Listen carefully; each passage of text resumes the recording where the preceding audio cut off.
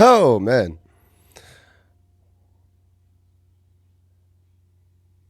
Well, Stranger Things is over, and I'm not okay.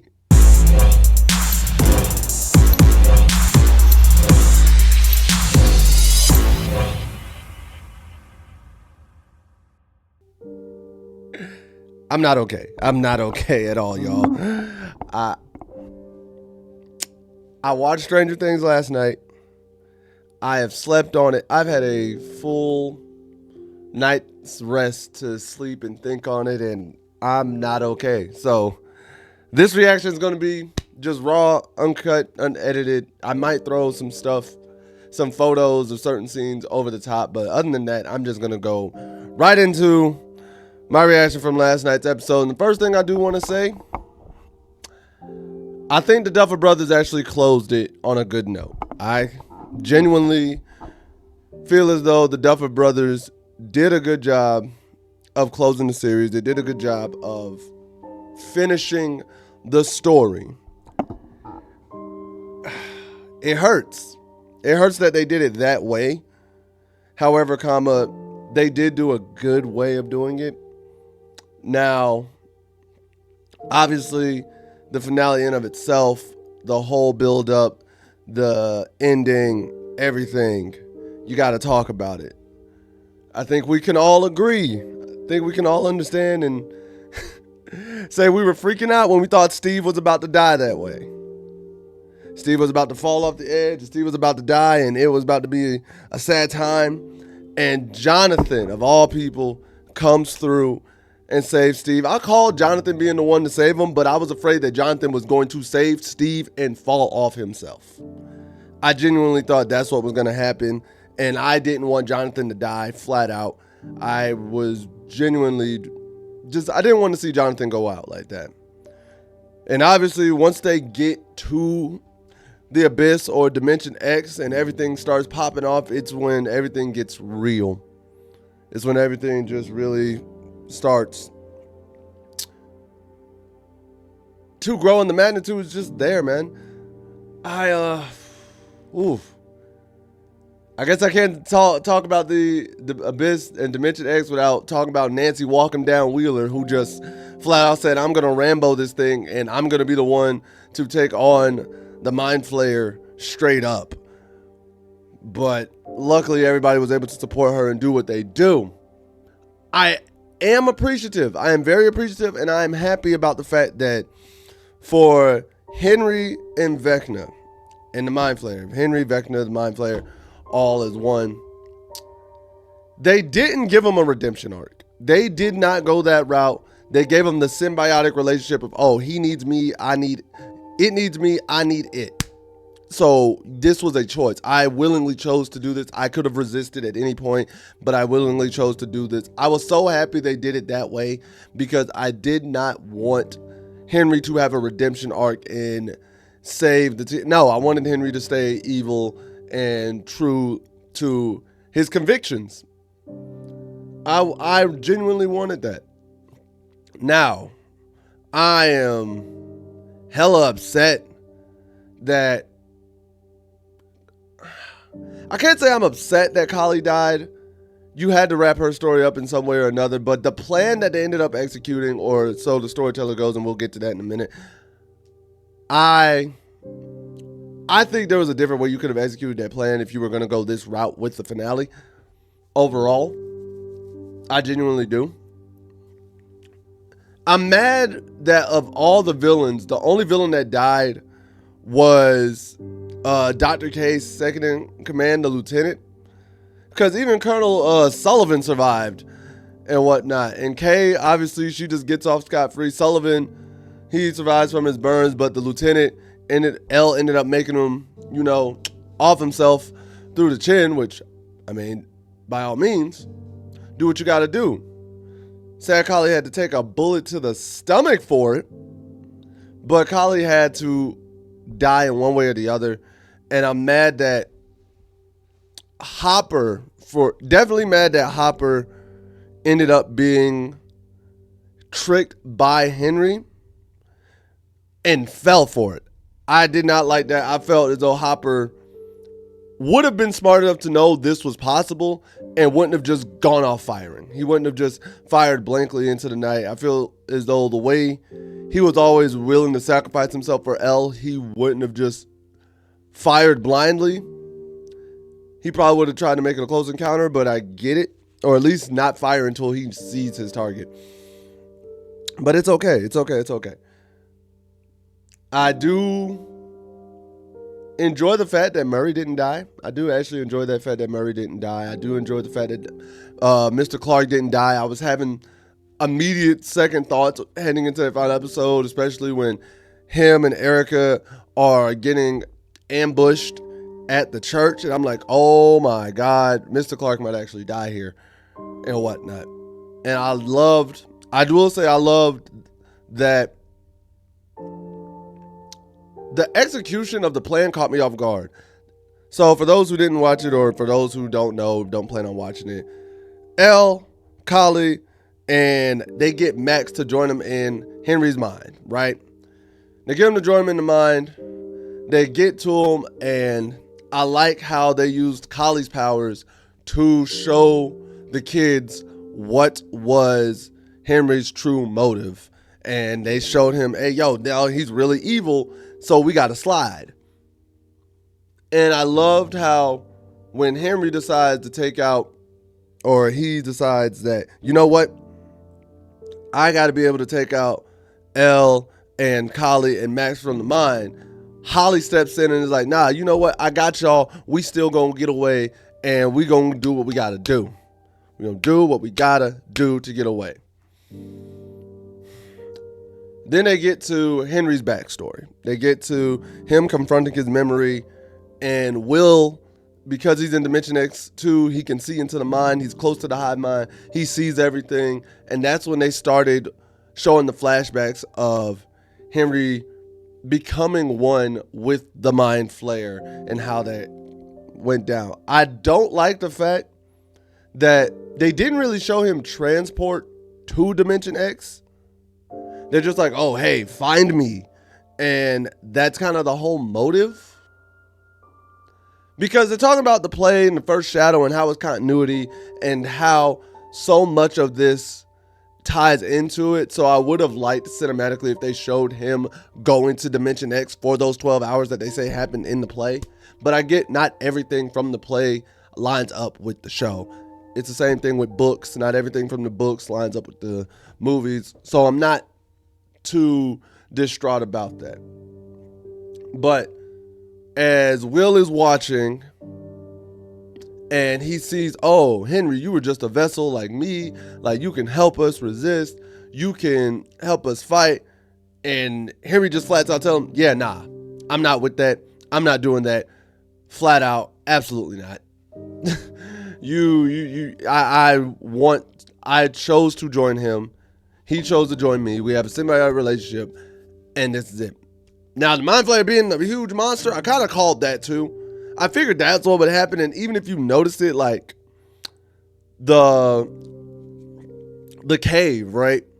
If you notice, the cave's hands actually extend up even further in the finale than they did when they revealed it earlier in the season. So I'm just like, wait, it's growing. That thing's growing, bro. So I knew that was part of the Mind Flayer. Now, on the massive scale that they did it, I was like, oh, damn, that thing is huge. That thing is huge. It's gigantic. But it's what I expected. And they kind of just made it like a mech in a sort of way, if you've ever watched anime. It was kind of like Attack on Titan, where Henry was inside the Mind Flayer, so to speak. He was Eren Yeager, if you want to will. But I did like the fact everybody came up with the plan. They knew what to do. I like the fact that Elle, even though Kali died or was dying, Elle was like, hey, I can make it to the abyss. I can make it to Dimension X. I got to get there and I can fight them. I wish they would have shown it. I wish they would have shown her making those jumps and Hopper trusting them. Also, shout outs to Murray again for the C4 bomb. I thought the man was about to sacrifice himself when doing that. I was like, Murray, don't jump at the plane, just throw it. And he threw it. I was like, okay, cool. But I wish they would have shown Elle making those jumps to get into the abyss. And I do love that she was able to somehow, thanks to the help of everybody, get into the body of the Mind Flayer and get to where Vecna, Henry, one, whatever you want to call him, where he was. And they have their own mind fight. And she's holding her own for a bit. But, in case y'all know, because a lot of you had the theory of, oh, and it's going to need 11 plus 8 plus Will. That's a perfect 20 to defeat them, right? Well, we got that, but we got it in a different way, and I enjoyed that. So as Elle's fighting and doing everything she can, and the Mind Flayer is attacking on the outside, and the team's like, hey, yo, we can destroy the Mind Flayer from the outside while Elle's fighting on the inside, right? You have Elle fighting, that's 11. Will hops in, taps in to Henry Vecna's mind, and is stopping him again. He's got him possessed. So he's stopping him doing his thing. The way you get the 8 is you have Lucas, Dustin, Steve, Jonathan, Nancy, Robin, Mike, Joyce. Yeah, that's where you get your 8 from. Because remember, Joyce is the one who, thank God they did right by her. She's the one who finally kills Henry fully. She is the final piece. And to be honest, yeah, that woman went through hell and back. It could only be 3 people four people would have been deserving of killing off Vecna. Joyce, Will, Elle, Mike.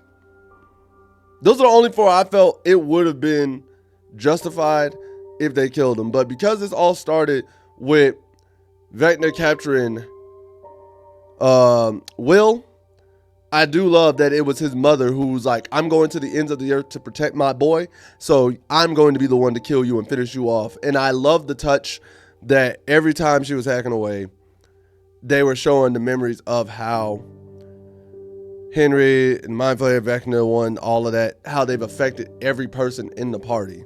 Because you had Holly being taken for Nancy, Jonathan having to deal with Will being possessed, Lucas obviously heartbroken over Max, Elle having her whole childhood taken away, Mike losing Elle in season 1, Dustin losing Eddie, Rob.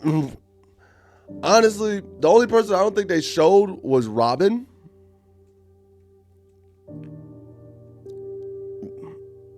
That's the only person I can't think of that they showed who had lost somebody like directly because of that. Oh no, Nancy was Barb. Yeah, they showed Barb for Nancy.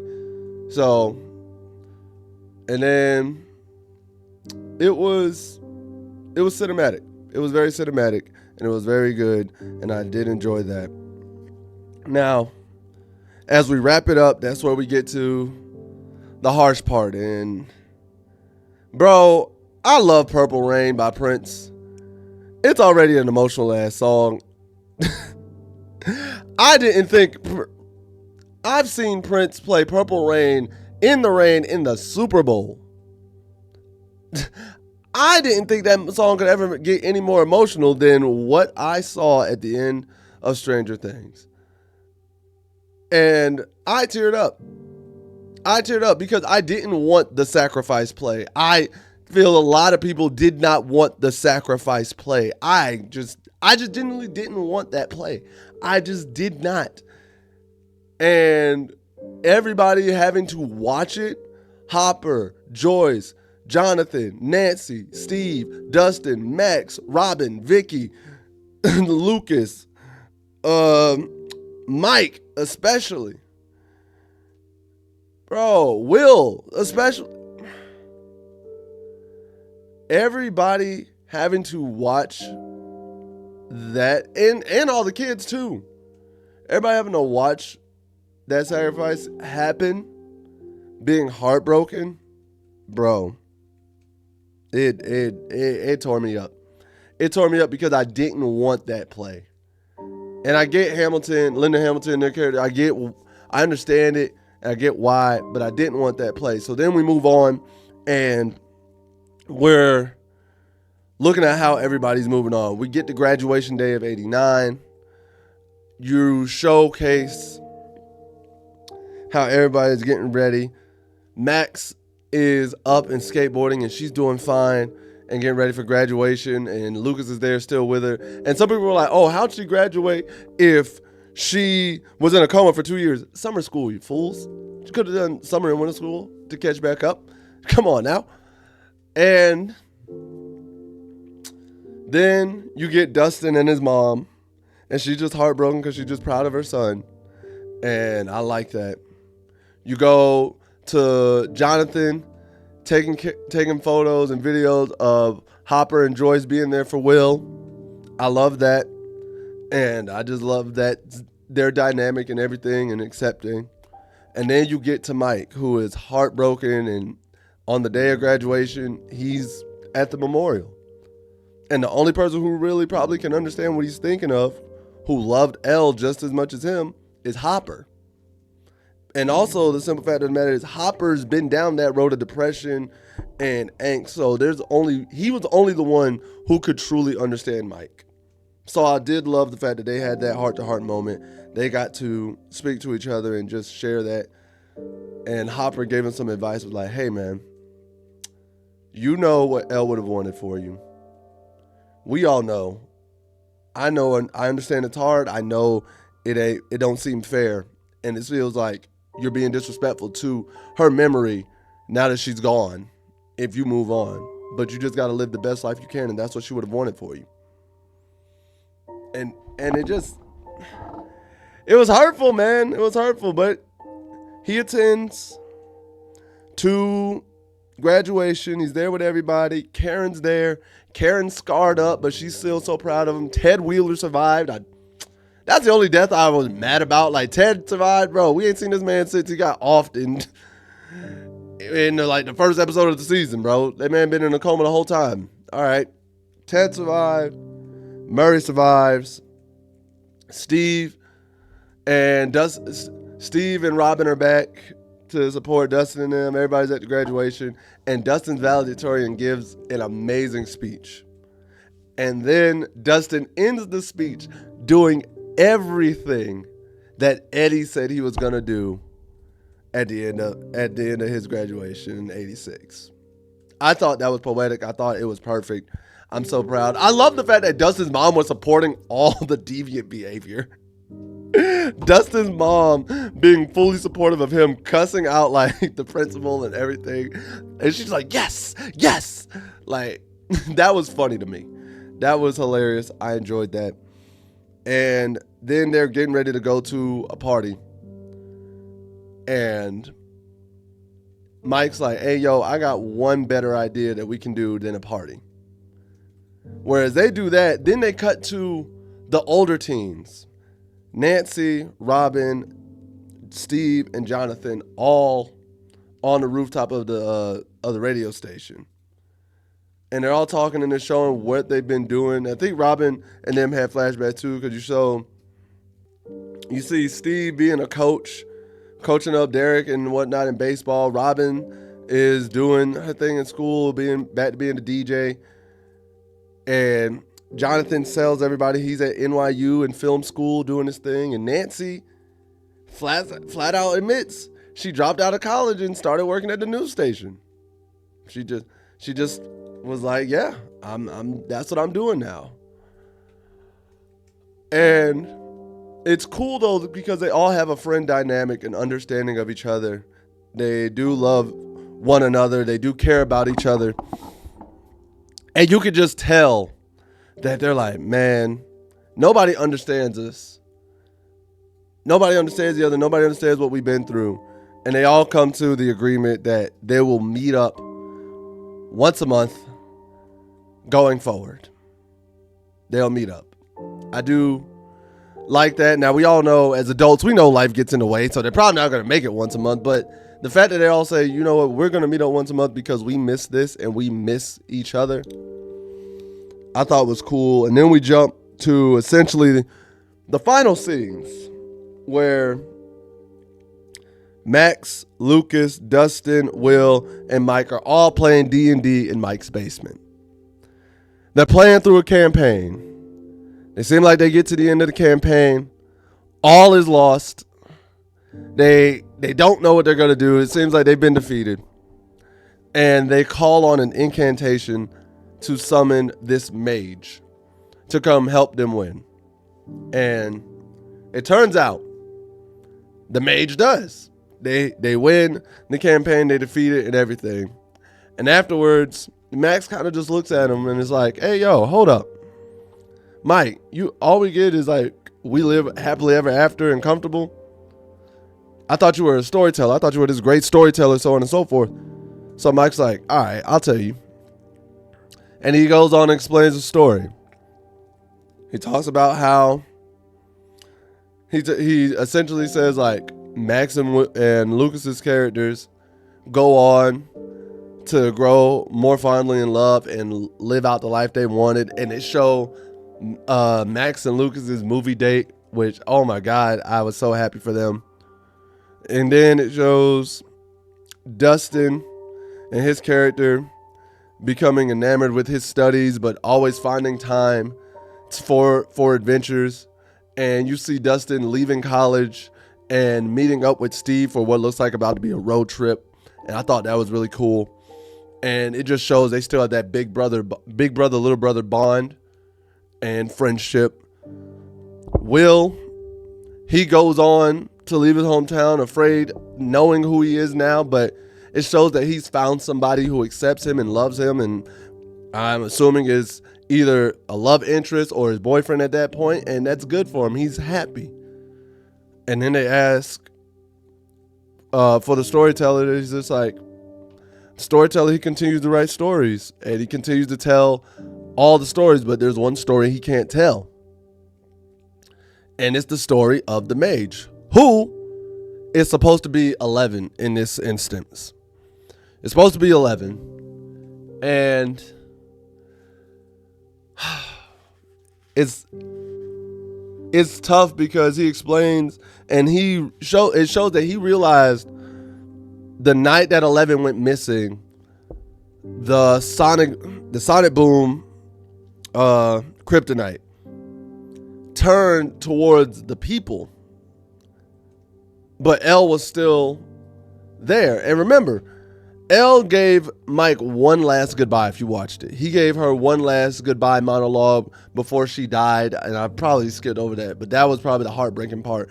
And what made Purple Rain so emotional is she flat out gives him the monologue in the mind space of like, I love you, you saw me for me, you always loved me, you never left my side, and I'm always going to be with you. I have to do this, goodbye. And that's when she sacrificed herself. But it turns out, according to the storyteller, which is Mike in this instance, that Kali conjured up one last perfect illusion and showcased, made it look like 11 was sacrificing herself while the Upside Down was coming down. And 11 snuck off into the tunnels around everybody, and they also made 11 invisible. Snuck off, got into the tunnels, and got away.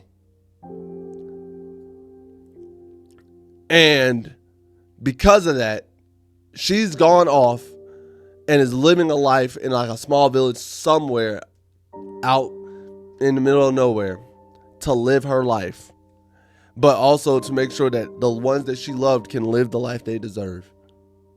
Because now she's free and they're free. And they're like, is that story true? They ask Mike, is the story true? And it's like, I choose to believe it is. Basically confirming Mike doesn't know if that's really what happened, but he's confident and he's going to believe that's what happened for her. He's going to believe Elle got that freedom that she always deserved and earned. And everybody else goes off and says, you know what? I believe it is. I believe it's true. And they all walk away, closing up their D&D books, all teary-eyed. And man, And they all leave the basement one last time. And as Mike is leaving as the last one, teary-eyed and about to cry, you see Holly, Derek, and all their friends coming down to play D&D. And Mike just stares on and realizes my childhood's over. Now it's their turn, and they get to have fun, and we're all moving on to the next part of our lives. And then, again, it shows Elle just... It cuts to black, and that's the end of the show.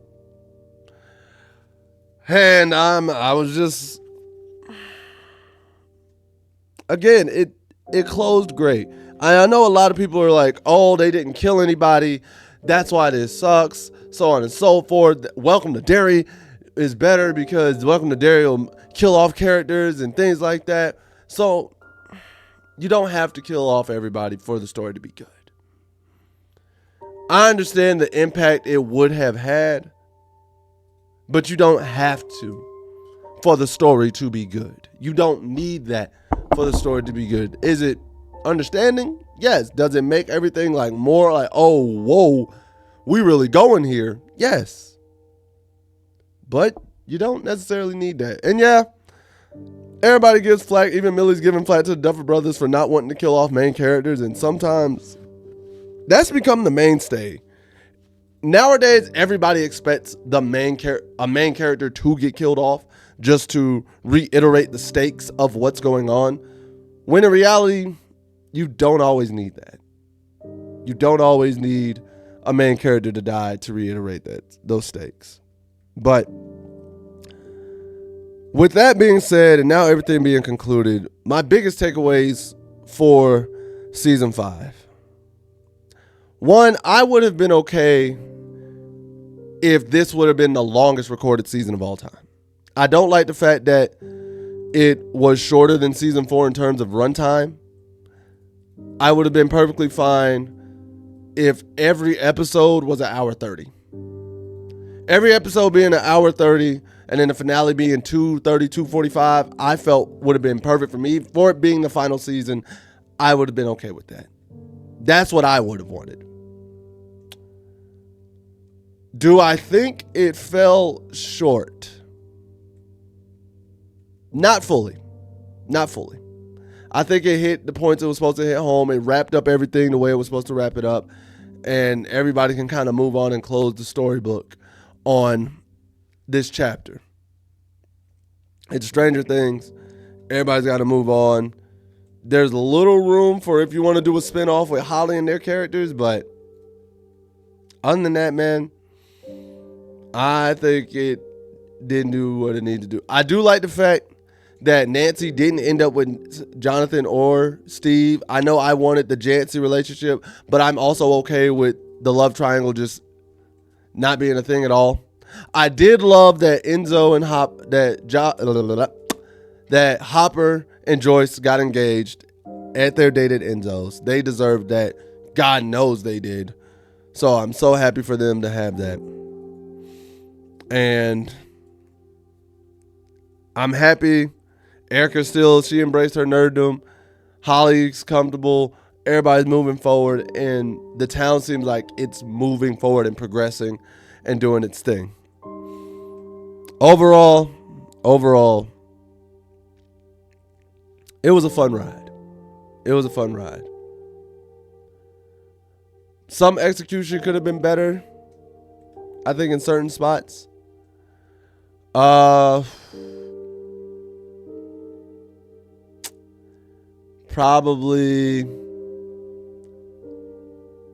showcasing the First Shadow stuff a little bit more. I would have liked to see Erica's involvement more in the show with the main party. Kind of like how I felt like Vicky got more involvement with the main party than Erica did. Even though Erica, she got her moments in season 4 and 3. So I can kind of see that. But that's where I think runtime would have been better if every episode was longer. Exploring Dustin's grief, cool. And I will say this, the way season 4 ended and the way season 5 started, had everything been longer, You could have done an immediate showcase of the military coming in to cover all the stuff up, or how they decided to come in and cover the stuff up within like the first month, and then you could have jumped to 18 months later. I think you could have done that. You definitely could have done that and been like, all right, this is what the military is doing. Everybody's locked down, and now they're on the hunt, and now the gang all decide how they're going to use the tunnels and so on and so forth. You could have did that, then jumped 18 months later, so you understand how we're doing that. The battle with the Mind Flayer and Vecna Henry 1 at the end could have been longer. That could have been longer, for sure. I would have been okay if that was a longer battle. I definitely would have liked that to be a longer battle, and I'm perfectly okay saying that. But now that's all said and done, man, I know I've been rambling, but overall, I'm satisfied with my care for Stranger Things. I can comfortably say I'm okay. I'm okay. Did it give me everything? No, but it gave me what I needed. It gave me what I needed, and it did fulfill certain parts.